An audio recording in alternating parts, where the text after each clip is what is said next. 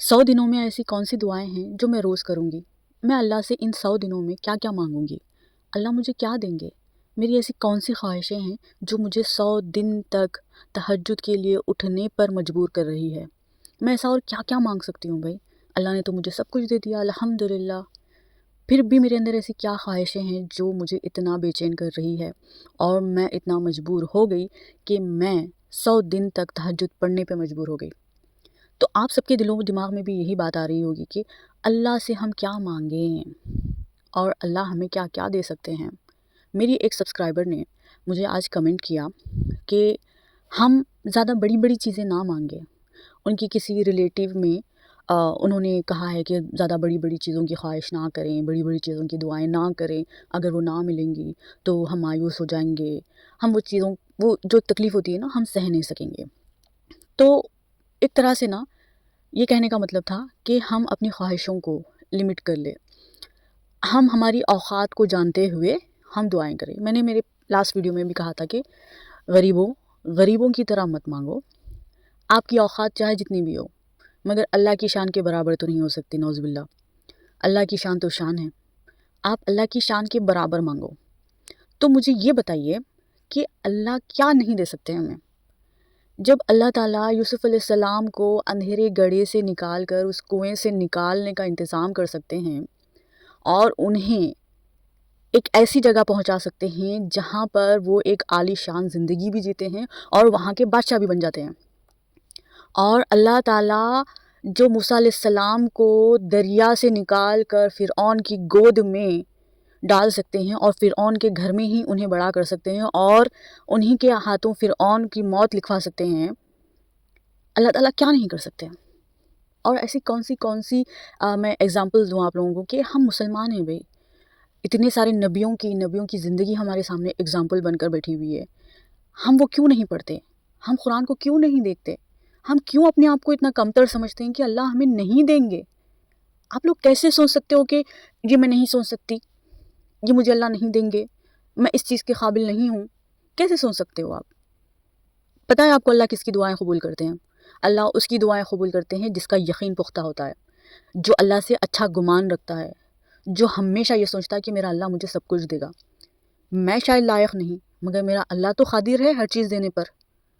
जिसके दिलो दिमाग में ये उम्मीदें होती हैं ना, जिनके दिल में इतना यकीन भरा होता है ना कि हर चीज़ में मेरा अल्लाह मेरा साथ देगा, अल्लाह मुझे कामयाब ज़रूर करेंगे, अल्लाह मुझे मेरे गुमान से भी बढ़कर मुझे ज़िंदगी अता करेंगे। आप एक बार सोच कर तो देखिए, आपको अगर वो ज़िंदगी ना मिली ना, मैं अपना चैनल बंद कर दूँगी। 1 साल हो, 2 साल हो, 3 साल हो, 4 साल हो, 10 साल हो। आप यकीन तो कीजिए, गुमान तो अपना बेहतर कीजिए, अपने आमाल अच्छे कीजिए, अपनी ज़बानों को पाक कीजिए, अपने दिल को जो बोझ है, ग़ीबत जैसी चीज़ है, घमंड जैसी चीज़ है, किसी का बुरा चाहना, किसी के लिए गुस्सा, इन सारी चीज़ों से अपने दिल को पाक तो कीजिए। अपने आप को बेहतर बनाने के रास्ते पर तो चलिए।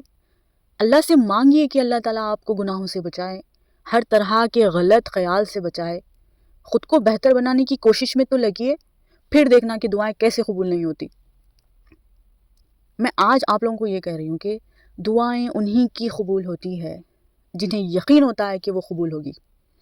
मैंने मेरे सारे व्लॉग्स में, मैंने जितनी भी वीडियोस बनाई अब तक, मैंने शायद 300-400 वीडियोस बनाए, उन सब में मैंने ये एक ही बात बार बार रिपीट की है कि दुआ पूरे यकीन से मांगो। दुआ में थोड़ा सा भी शक, थोड़ा सा भी आपको ये लगे कि ये मुझे मिलेगा कि नहीं, अल्लाह मुझे देंगे कि नहीं, ये नहीं चलता भाई, नहीं चलता।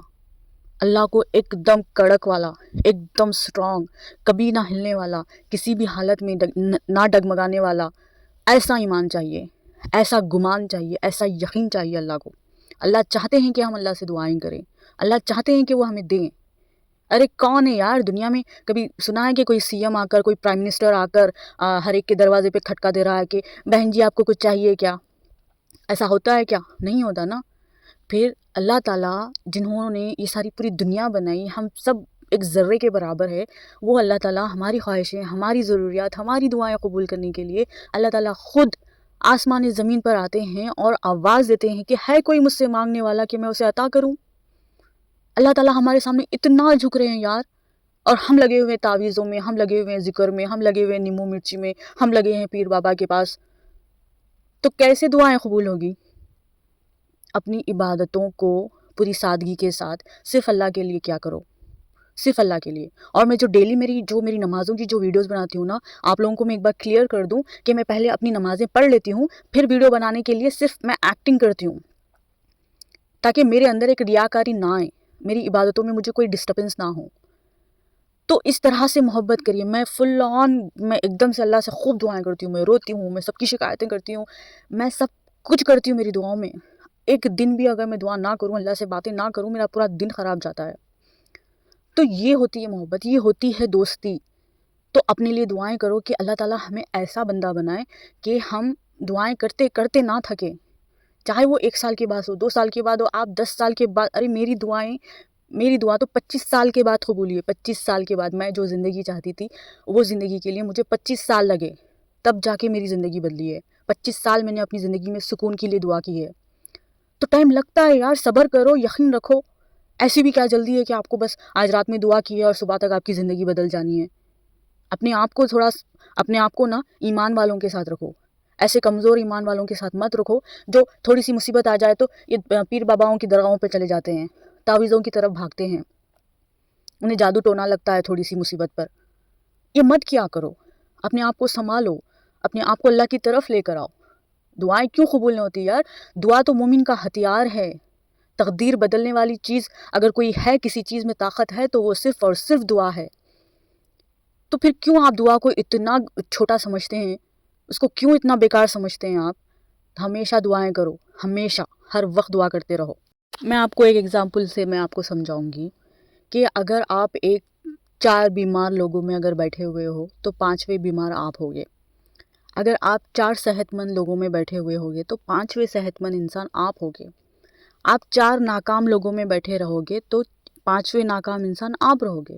اگر آپ 4 ایک کامیاب لوگوں میں، جن کی سوچ کامیابی کی طرف ہوتی ہے، وہ ہمیشہ اپنے آپ کو کچھ نہ کچھ کرنے پہ مجبور کرتے ہیں، کچھ نہ کچھ سیکھتے رہتے ہیں، وہ کامیابی کی طرف بڑھتے جاتے ہیں، تو یاد رکھنا وہ 5ویں انسان آپ بھی ہوں گے۔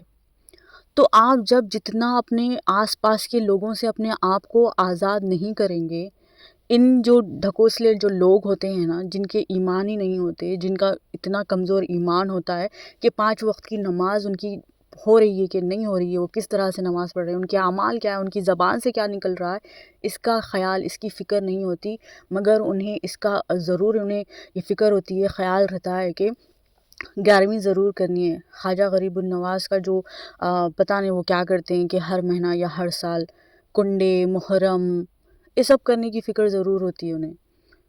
ایسے لوگوں میں مت رہیے۔